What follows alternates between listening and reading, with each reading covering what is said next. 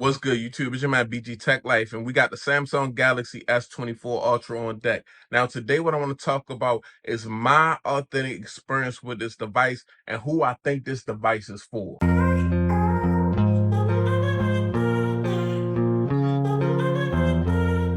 So this video is not going to be real spec heavy, but we just going to get straight into it. And the way we're going to get straight into it, I'm going to talk about the reasons that I pick up this device, and I really like this device first and foremost. If some of these reasons aren't important to you, this might not be a device for you.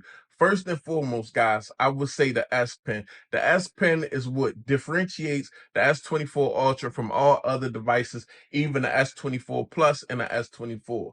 I'm an S Pen user. I like to brainstorm. I like to plan. I like to have like a pen on deck, and I like taking what I call digital notes. So if you're not big on the S Pen and utilizing the S Pen, if you somebody that's going to buy this device and forget to have an S Pen, this may not be the device for you. You may want to get another Android device because you could probably get one of those at a cheaper price point because they lack a stylus that's built in that you can actually put in the device so you don't lose it. Another thing about this device, guys, is the display. I say the size of the display and also just the display technology. I love the vibrancy and the look on this display. My eyes love saturation. A lot of people don't like saturation. Some people like a more natural display. But this is what I like. This is my preference. So I love the colors and the way things look on this display. At the same time, it's just a nice big display. And this year, Samsung has went flat. With the display being flat, you got less reflection and things of that nature, and you got better ability to use the S Pen because we're going edge to edge flat. I like that a lot about this device. I'm really glad that they went back to a flat display. But one of the biggest upgrades on the display on this device, guys, is actually the anti-glare coating. I'm not exactly sure how they do this coating, but compared to any device on the market, this device looks better in direct sunlight than anything that's out right now. And this anti-glare coating is something that these other manufacturers are going to have to put on their devices because it's really breaking edge and really a big upgrade. The anti-glare coating makes it so you can utilize this device in almost any situation, and the display looks the same, and it just looks really good, gorgeous, and vibrant. Another thing that keeps me coming back to these Samsung devices is Snapdragon. You have to shout out Snapdragon, guys, because one big thing about a device to me is a processor, because a processor determines what you can do with a device, how powerful it is. Can you game? Can you edit videos? Can you deal with videos really well after you record them in high resolution on the device without moving them anywhere else?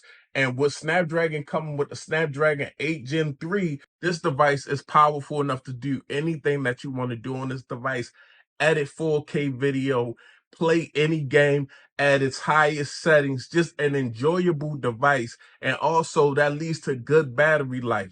The efficiency of the Snapdragon is getting me 8 hours of screen on time easy while I'm doing heavy tasks like gaming, like editing 4K, like making reels straight off this device in high resolution. If you're not the type to put a smartphone to the test and you only use a smartphone as a phone, texting, scrolling social media and things of that nature, this may be too much power and you could save you some money.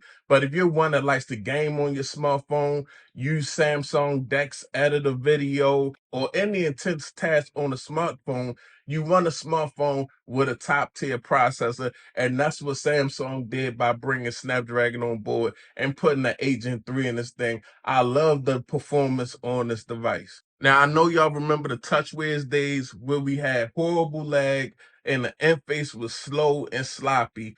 But now we got Samsung One UI, guys. And Samsung One UI is running really well with a whole host of features plus AI features. Samsung UI is really customizable, but at the same time have helpful features like an edge panel, like the features for the S Pen and things of that nature. So I feel really at home and it feels really fluid using One UI. The animations are nice and quick. This device is snappy. So One UI for customization and everyday use is honestly my favorite Android skin. Now we talk about the cameras on this device, guys. This has a powerful camera system for sure. Multiple lenses, multiple telephotos, 200 megapixel main sensor.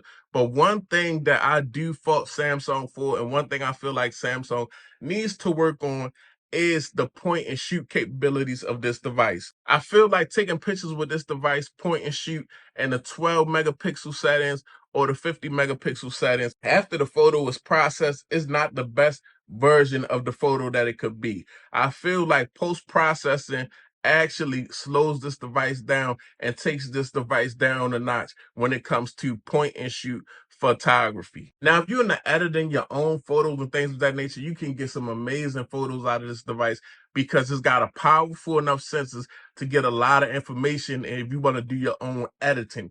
But as far as just point and leave it to the camera, point, shoot, and post, I feel like Samsung needs to work on that. They need to get with Google because this is nowhere like a Pixel where you can point, shoot, and Google's computational photography is going to provide you with a great, pleasingly aesthetic photo. Now, outside of that, guys, I feel like this is one of the most powerful camera systems on Android. I lean heavily on video, and I love some of the video that I get out of this device, guys. I like how I can get great 4K video. I can edit the 4K video natively inside this device without having an issue. Getting things done and being productive and being consistent is all, that's what my workflow is all about. But let's get into some actual samples from the Samsung Galaxy S24 Ultra.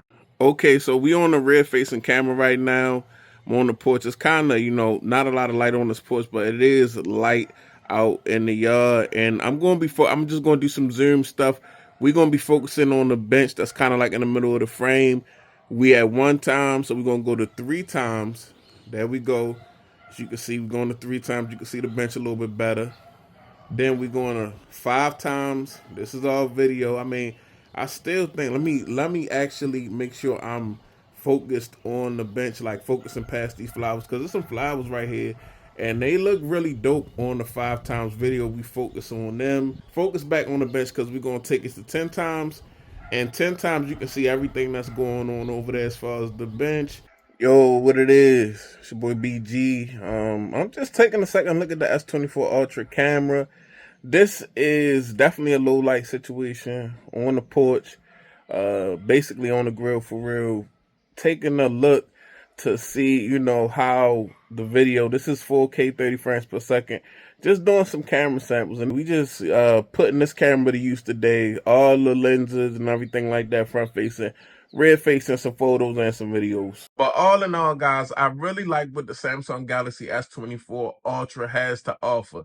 Now, if you're not looking for everything that this device has to offer, there's a lot of great phones out here, guys, that actually offer good cameras, good performance, same processor at this device for a cheaper price point. Even though one thing about Samsung devices, this S24 Ultra is already on sale on Amazon for about $1,050, which is a big price cut. I'll put a link down in the description to that.